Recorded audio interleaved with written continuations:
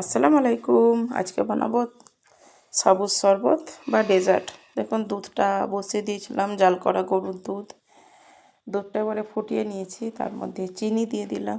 মিষ্টিটা যেরকম পছন্দ করবেন সেই রকম একটা এলাচের মুখটা ফাটিয়ে দিয়ে দিলাম। এ থেকে কিছুটা দুধ আমি তুলে নিচ্ছি। এর মধ্যে আমি কাস্টার্ডটা গুলবো। দেখুন কাস্টার্ডটা গুলে নিলাম। এই চামচটার প্রায় 1.5 চামচের মতো দিয়েছিলাম, কারণ বেশি দিলে মোটা মোটা মতো হয়ে যাবে, বেশি ঘনত্বটা বেশি হয়ে যাবে, শরবতের যে মানে পানি পানি ভাবটা সেটা থাকবে না, সেই জন্য একটু আমি পাতলা করেই গুলেছি। পানি বসিয়ে দিয়েছিলাম, তার মধ্যে 1 বাটির মতো সাবু দিয়ে দিলাম। সাবুটা এবারে রান্না করে নেব। এভাবে নাড়াচাড়া করবেন, নাহলে নিচে বসে যাবে। দেখুন সাবুটা হয়ে গেছে।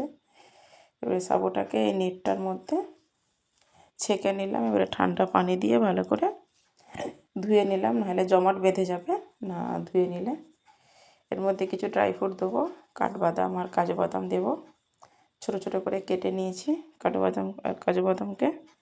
এখানে কিছু ফল কুচিয়ে রেখেছি, আঙ্গুর নিয়েছি, কলা নিয়েছি, বেদানা, তরমুজ, আপেল। আপনারা আরও ফল কুচি অ্যাড করতে পারেন, স্ট্রবেরি বা আদার্স যাবতীয় যেরকম ফল পছন্দ করেন দিতে পারেন। এবারে ফল কুচানাগুলি সব দুধটার মধ্যে ঢেলে দিলাম। এবারে সাবুটাও দিয়ে দেবো।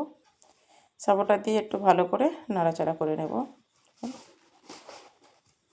ওপর থেকে ড্রাই ফ্রুট কোচানোটা দিয়ে দিলাম। আমার রেডি। 2 গ্লাস নিয়ে নিয়েছি। 2 গ্লাসের মধ্যে 2 কুচি বরফ দিয়ে দেবো।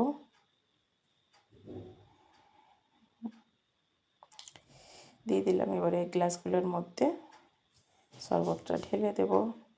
সাবুর পরিমাণটা আমার কম হয়ে গেছে, আপনারা যদি পছন্দ করেন আরও একটু সাবু ব্যবহার করতে পারেন। দেখুন পুরান ঠান্ডা করা সাবুর